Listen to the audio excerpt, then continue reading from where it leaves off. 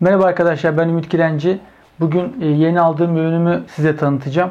Biliyorsunuz YouTube'da ben çok önem veriyorum. Bunu bazı videolarda da söylüyorum.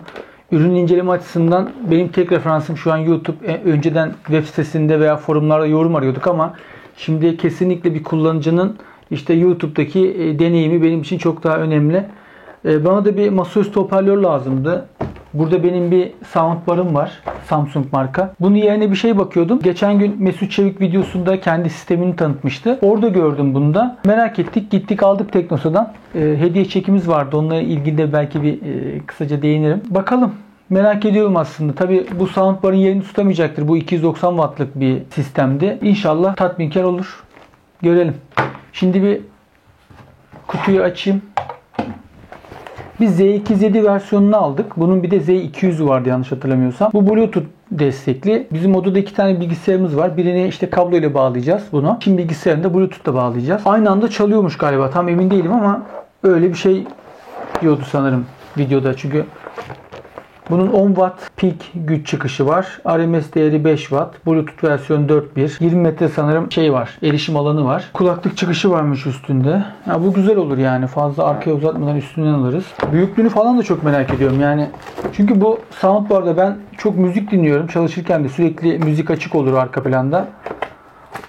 Hani sesin kalitesi çok önemli. İnşallah berrak ve net bir ses alırım. Şiddeti çok önemli değil. Çünkü zaten apartman dairesindeyiz. Alt kat üst katta sıkıntı oluyor. Ürünü de hepsi buradan alacaktım başta ama sonra Teknosa'dan aldık hediye çekiyle. Güncel fiyatı 397 lira. Yani bu yakın zamanda aldım birkaç gün önce. Mesut Çevik tanıtınca ilgimi çekti yani yoksa bilmiyordum ben. Hakikaten Mesut Çevik'in sayesinde aldık yani. Kutu kadar ürün var ya. Bayağı büyük. Şöyle önce şu şeyi çıkarayım. Aslında kamerayı yaklaştırabilirsin işte. Burada bir şey yapalım. Şimdi kutunun içine şurada bir şey var. Adımları gösteriyor galiba. Güç bağlantısına ihtiyaç duyuyor sürekli. Elektriğe bağlı kalması gerekiyor gördüğüm kadarıyla. Şarjı vesaire değil yani. Olsun da istemezdim ben. Hani bağlayayım sıkıntı yok. İkisi birbirine kabloyla mı bağlı onu merak ediyorum açıkçası. Yani iki hoparlör bağımsız mı yoksa kabloyla mı bağlı? Şöyle bir kutuyu boşaltalım. Ortada hepsini şöyle bir dikkatlice açayım. Kutudan başka bir şey çıkmadı. Kutuyu kaldırayım. Şurada bir hop. Tamam. Bu kablo bağlantısı, adaptörü. Bu cep telefonu şarj aletine benziyor. Güzel. Küçükmüş.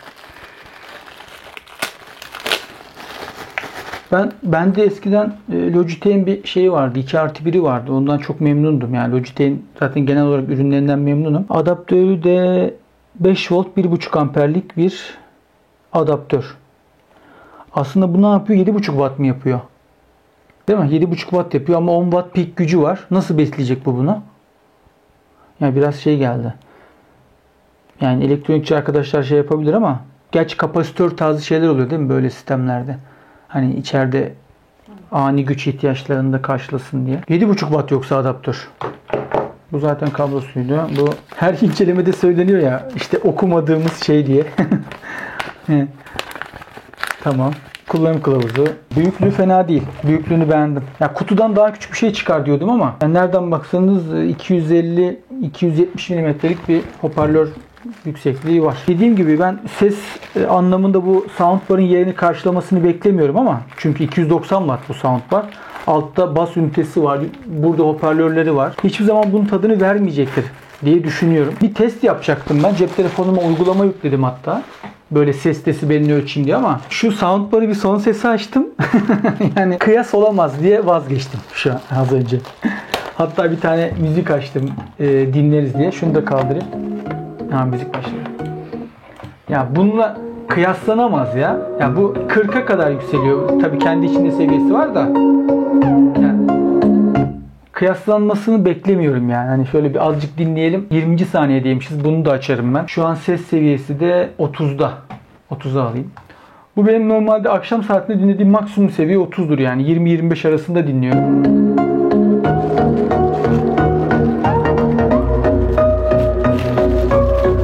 Arkada şeyi açayım ben.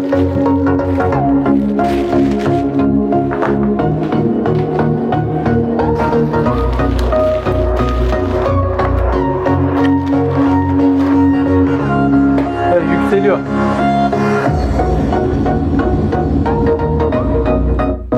Şuradan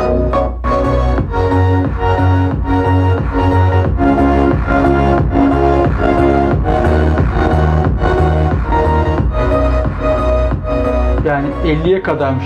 Şu an mikrofon nasıl aldı sesi bilmiyorum ama burada oturamayız yani, o kadar güçlü bir sesi var. Çünkü biz odayı ve pencereyi de kapattık seste şey olmasın diye. İkisi birbirine kabloyla bağlı. Arkada aux girişi var, güç girişi var. Çok sade bir şey var aslında, arayüzü var. Ben beğendim. Zaten amacım şeydi, ya buradaki şu soundbar'ı buradan kaldırmak istiyordum. Yani bunu muhtemelen satacağız. Yani televizyonda da kullanmayı sevmiyorum. Çünkü televizyonda çok fazla ne film dizi izlemiyorum yani. Hani ben bütün hayatım bilgisayarın başında geçiyor. O yüzden burada kullanıyordum. Burada kullanmazsam şey yapacağım. Daha iyi bir sistem almak için satacağım yani. Daha profesyonel ses sistemleri almak için. Tamam. Yani büyüklüğünü beğendim ben, değil mi? Büyüklüğü güzel. Şuna. Yani şöyle benim elim 250 mm falan geliyor. Bir karışım. Yani 270 falan. Yani şu hoparlörün oraya koyacağım. Gözüküyor mu oradan bilmiyorum. Tam iki yanına koyacağım. İnşallah sığar yani. Biraz büyük geldi. Biz yer açacağız diyorduk ama yer kapat. Tamam, şimdi bir kuralım arkadaşlar. Bu soundbar'ı sökeyim. Nasıl bir ses verecek? Vallahi çok merak ediyorum. Birazdan görüşürüz.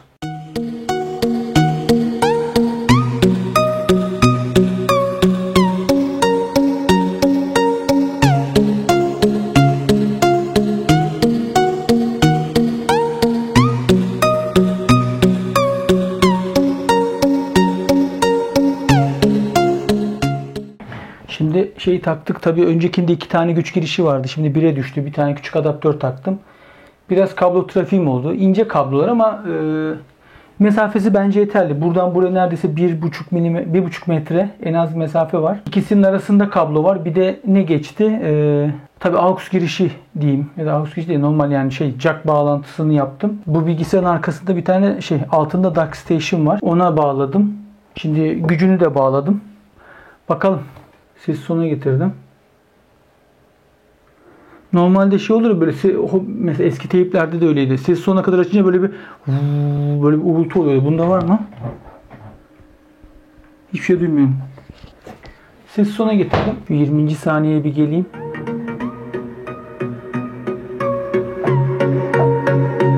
Camı kapatır mısın? İşte.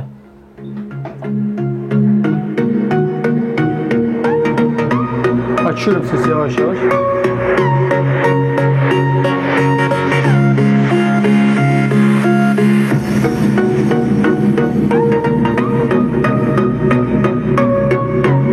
Ses gidiyor daha.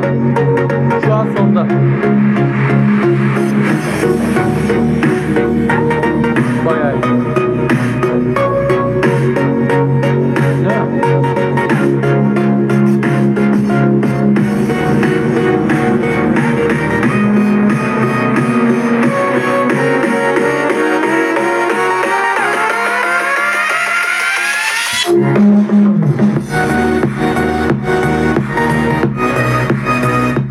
Yani çok güzel, gayet güzel, çok iyi.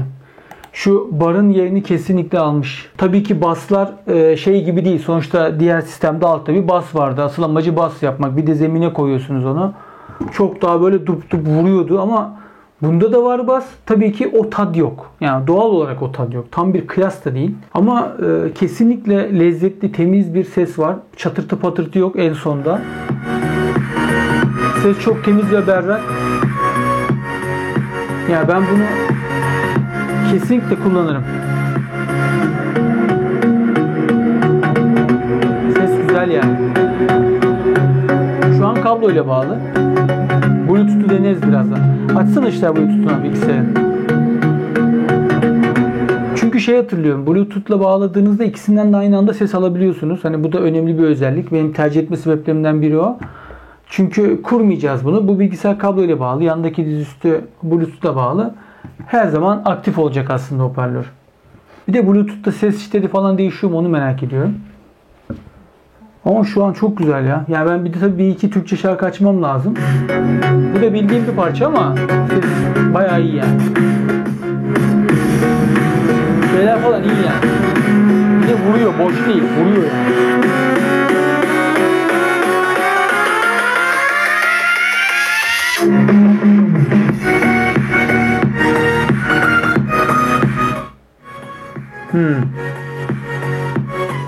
Tamam. Vallahi bence iyi. Bir Bluetooth'u deneyelim hemen hızlıca işte. Açtın mı? Şimdi 3 saniye basılı tutun diyordu. Işık yanıp sönmeye başladı burada. Geldi. Tamam. Ne yazıyor? Logi Z207 yazıyor. Tamam. Bağlan. Bir sinyal sesi geldi ve maviye döndü ışık. Şu an bağlandı diyor. Tamam. Çok hızlı. Güzel. Bir tane açsana bir NCS müziği. Ama benim beklediğimden iyi çıktı. Onu net söyleyeyim.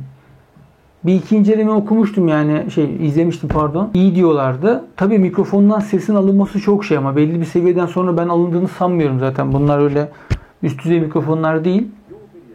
Dur. Gecikme var mı? Bir reklam oynuyor şu an YouTube'da da. Sesi sonu açar mısın? Gecikme de yok yani. Yok yani gecikme. JPB, it's only right, baby. Ses iyi yani. Bluetooth, bu Bluetooth'ta bağlı. Şimdi ben de açacağım aynı anda bir ses. Biraz kıssana Işılay. Evet. Aynı anda ikisi çalıyor. Bu çok iyi. Aynı anda ikisi çalışıyor. Tamam. Çok iyi. Güzel. Yani kesin ilk aşamaları çok rahat geçti yani. Vallahi arkadaşlar ben beğendim ürünü özellikle. Bunu çok ciddi söylüyorum. Şimdi teknoloji teknoloji kanallarında izliyoruz bunları. İnsanlar bir şeyler söylüyor ama onların ister istemez ticari kaygıları var. Yani biraz yapabiliyorlar. Çoğu yansız aslında. Dürüst, objektif insanlar ama yine de ticari bir oluşumun içindeler. Yani ben en çok bir ürün alacağım zaman YouTube'da kullanıcının yaptığı incelemeyi izliyorum. Benim için en önemlisi o. Çünkü hiç kimsenin ticari kaygısı yoktur. Yani cebinden parasını aldığınız adamın ticari kaygı gütmesini bekleyemezsiniz. Ben kesinlikle beğendim. Soundbar'ın yerini aldı. Uzun kullanım deneyimi değil tabii ki ama kesinlikle başlangıç için yani şu an ilk izlenimlerim çok olumlu, çok iyi. Eğer aksi bir şey olursa, uzun vadeli bir sorun çıkarırsa kesinlikle onu da videoya yüklerim. Şu an için tavsiye ediyorum. Mesut Çevik'in kanalında görmüştüm. Onun tavsiyesiyle ben de bilmiyordum zaten böyle bir ürünü. O tavsiye edince aldım. Hoşuma da gitti. İzlediğiniz için çok teşekkür ederim. Umarım faydalı olur. Görüşmek üzere.